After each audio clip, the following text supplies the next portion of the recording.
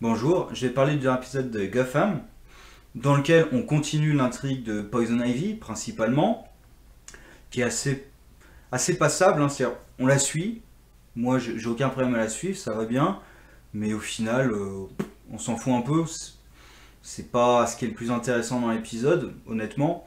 En plus, elle est juste complètement tarée, je trouve ça un peu dommage, c'est pas vraiment une éco-terroriste qui pourrait reprocher aux hommes le traitement de la nature, la déforestation, l'empoisonnement des sols, des trucs, des vraies choses à reprocher aux humains qu'on peut modifier. Là, elle leur reproche quasiment de manger des plantes. Bah, on peut rien faire. Enfin, si le reproche c'est ah vous mangez, bah oui. Enfin, au bout d'un moment, on mange pas de viande, on mange pas de plantes, on mange quoi? Donc voilà. Comme elle est tarée et que vraiment c'est mon Dieu, vous faites souffrir les plantes, c'est pas très intéressant. Alors, si c'était une version éco-terroriste où vraiment c'est vous détruisez la nature se venge, là ça devient plus intéressant. Donc, voilà, le personnage, on s'en fout un peu. En fait, c'est bien une gamine dans le corps d'une adulte au final. C'est vraiment bien une gamine, parce qu'elle a pas d'idée très développée au final. À côté, il y a l'intrigue de Bruce Wayne qui continue, qui fait plaisir parce que enfin il se prend les claques qu'il mérite dans cet épisode. Il en ferait peut-être un peu plus, mais ça fait du bien de la scène avec Alfred, de voir Alfred le remettre un peu à sa place. Là. I need your help. No. J'aime bien le Bruce. Comment ça, non en fait. On est amis? Non, non, on n'est pas amis. Non, j'étais ton butler, tu m'as viré. Voilà. Démerde-toi maintenant. Ça fait du bien. Alors quand Selina lui en met une aussi, bon, c'est sympathique, mais c'est vrai que c'était vraiment la scène Alfred, Bruce, Alfred qui dit voilà, attends, tu m'as viré, tu crois que tu vas venir me récupérer comme ça, tranquille? Non, non, non, ça marche pas comme ça, mon ami. Ensuite, il y a Gordon et Bullock. Ouais, sans plus. Enfin, c'est Bullock qui accepte certaines de ses responsabilités, que c'est pas que la faute de Gordon, même si c'est en partie. Et Gordon qui demande l'aide de Bullock en lui disant la vérité. Ça fait du bien aussi, mais après, c'est pas. Ce qui se passe entre eux, c'est pas transcendant, surtout à cause de Ivy. Et évidemment, je le garde pour la fin. Le évidemment, je le garde pour la fin. Il y a un petit peu de Sophia qui décide de faire souffrir Gordon en s'en prenant à Lee. Je vois pas tellement quel est son but parce que maintenant Gordon en effet veut la faire tomber coûte que coûte. Donc je vois pas trop ce qu'elle a à gagner en fait en agissant comme ça. Et évidemment, Cobblepot et Riddler que j'adore. Alors, dès que Cobblepot donne la lettre à Riddler, évidemment, on sait qu'il y a un message caché dans la lettre. Bon, là, le message est même très simple, vu que c'est juste prendre les premiers mots de chaque ligne. Bon, c'est très simple pour le Riddler, mais bon. Enigma, de toute façon, est tellement. Il a tellement peur d'être possédé par le Riddler que carrément il prend des médocs et tout, donc il est plus capable de réfléchir. Et il se fait manipuler du début jusqu'à la fin. Et évidemment, à la fin, le Riddler qui quasiment reprend le contrôle, plus ou moins. Et Cobblepot qui est fou de joie face au Riddler. Ça, c'était très bon, j'attends ensuite.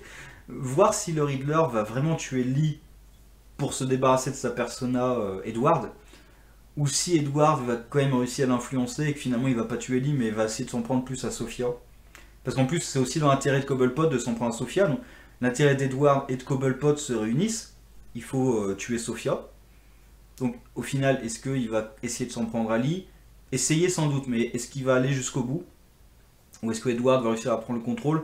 Puis c'est une petite scène très courte entre Lee et Edward où Edward allait lui annoncer que. On ne sait pas exactement s'il allait lui annoncer que il a des sentiments pour elle ou la vérité, c'est un peu flou. Cette scène-là c'est très court, mais pour la relation entre les deux personnages, c'était très bien foutu. Sinon, voilà, l'épisode était pas mal. Il y a quelques grosses conneries qui, en général, sont liées à Poison Ivy. Il y en a une qui est gigantesque parce que c'est le cliché ultime du méchant. C'est le cliché à chaque fois, je pense à Austin Powers, quand il les met dans le bac avec les. Enfin, dans la pièce fermée avec le bassin et les. Alors, ils ont. Les bars, voilà. Parce qu'ils n'ont pas eu les requins avec les lasers, donc c'est des bars. Mais des bars mutants très très féroces. Et il dit, voilà, il y a son fils, mais pourquoi tu vas pas les tuer? Tant j'ai un flingue juste à côté, je vais le chercher, je les tue. Et là, il y a la même scène, c'est, ah, ton ami va te mettre une balle dans la tête et ensuite va se suicider. mais moi j'ai pas besoin de regarder, je m'en vais. Tu veux pas les voir se faire tuer?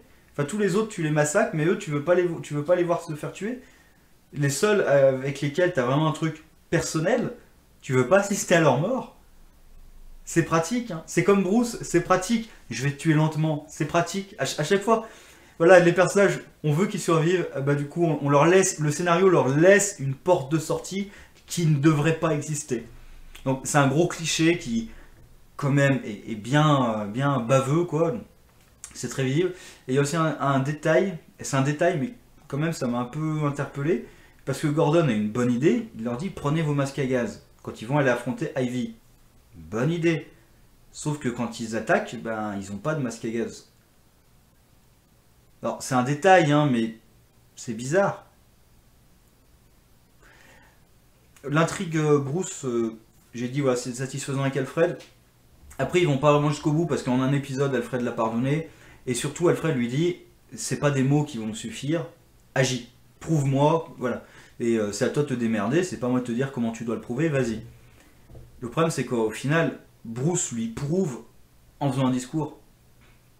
Et juste après d'ailleurs il envoie chier à nouveau Alfred donc ouais. Et après, finalement, il le prouve à Alfred en se mettant une cagoule et en allant tabasser des méchants. Alors le premier, d'ailleurs, c'est pas clair s'il est encore en vie ou pas, parce que c'est bizarre. On le voit juste, il le prend par derrière, il l'attrape à la gorge, puis il le balance par... Et il est vivant ou pas? Je pense, hein, j'ai l'impression, mais j'arrive pas à comprendre ce qu'il lui fait. Bon, et Gordon qui a failli l'abattre.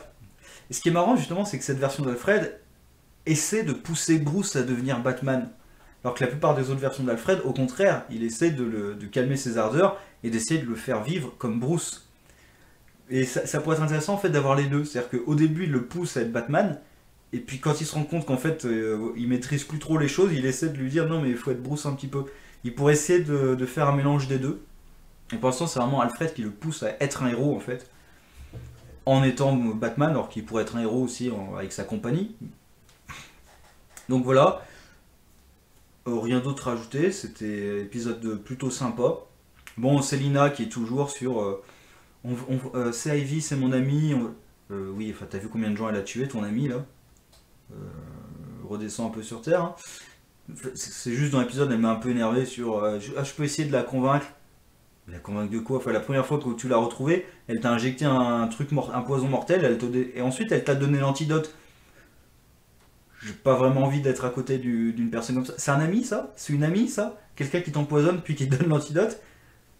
Ouais, c'est une amie. On peut voir les choses comme ça, ouais. Et j'aime bien aussi le puits de Lazarus qui permet de créer les graines mortelles. Là, du coup, oui, elle a appris Vampigraine maintenant. Elle a évolué, elle a appris Vampigraine. J'arrive pas à comprendre la logique scientifique derrière ça. Mais j'accepte, hein, c'est pas grave. Voilà, donc maintenant j'attends avec énormément d'impatience Cobblepot et Riddler contre Sophia Falcon. C'est vraiment le truc que j'attends avec le plus d'impatience. En plus, il y a Gordon aussi qui veut la peau de Sophia maintenant, vraiment, après ce qui est arrivé à Lee. Donc, je pense qu'il y a quand même de bons épisodes à venir. Sur ce, au revoir.